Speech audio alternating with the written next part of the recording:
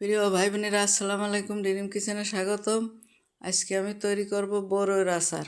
বড়ইয়ের আচার তৈরি করব, কত সুন্দর করে অনেক স্বাদ করে তৈরি করব। আপনারা দেখতে থাকুন। এইভাবে বড়ইয়ের আচার তৈরি করলেই অনেক সুন্দর স্বাদের হয়, অনেক সুন্দর হয়, খুব মজাদার একটা বড়ইয়ের আচার হয়। আপনারা দেখবেন খেয়াল করে, ভালো করে আপনারা সাথেই থাকুন। কীভাবে আমি বানাই দেখেন।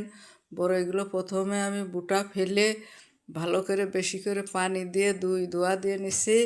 নিয়ে বড়ইগুলো হালকা একটু পানি দিয়ে আমি সিদ্ধ দিয়ে দেবো। সিদ্ধ দিয়ে দিলে বড়ইগুলো একটু সিদ্ধ হয়ে যাবে। তখন আমি নামিয়ে নিয়ে বড়ইগুলো ভালো করে টুপা টুপা হয়ে যাবে, তখন আমি নামিয়ে নেব।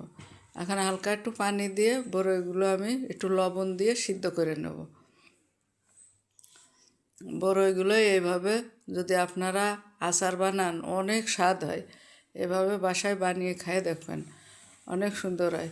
তো বড়ইগুলো টুপা টুপা হয়ে গেছে, এখন আমি নামিয়ে নেব।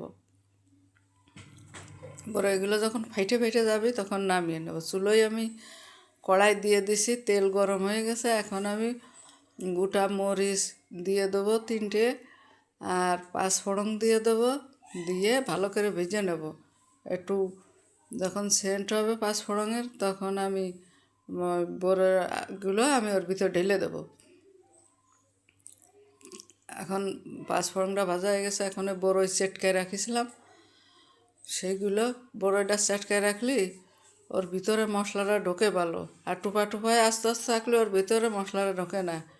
হালকা একটু লবণ দিয়ে দিলাম, আর একটু শুকনো মরিচের গুঁড়ো দিয়ে দিলাম, চিনি দেব। টক বড়ই তো অনেকখানি চিনি লাগে, চিনি আর একটু দেওয়া লাগবে না, অনেকখানি চিনি লাগে।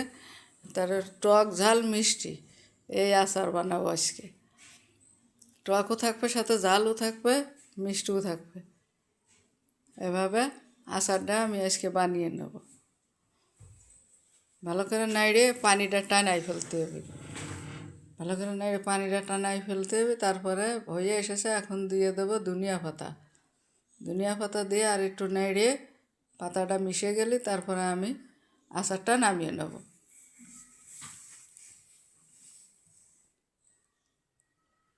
এভাবে ভালো করে নেড়ে একটু পানিটা টাইনিয়ে গেলেই নামিয়ে নেব। তারপরে নামিয়ে আবার একটু 5 ফোড়নের গুঁড়ো দিতে হবে। এখন আচারটা হয়ে এসেছে। আচারটা আমি এখন এই পর্যায়ে নামিয়ে নেব। এখন আচারটা, বড়ির আচারটা আমার রেডি।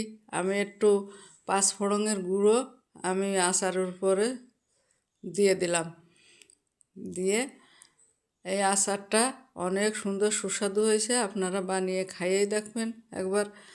এই আচার যদি আপনাদের ভালো লেগে থাকে, সাবস্ক্রাইব, লাইক, কমেন্ট, শেয়ার করে দেবেন। ভালো থাকবেন, সুস্থ থাকবেন। আসসালামু আলাইকুম।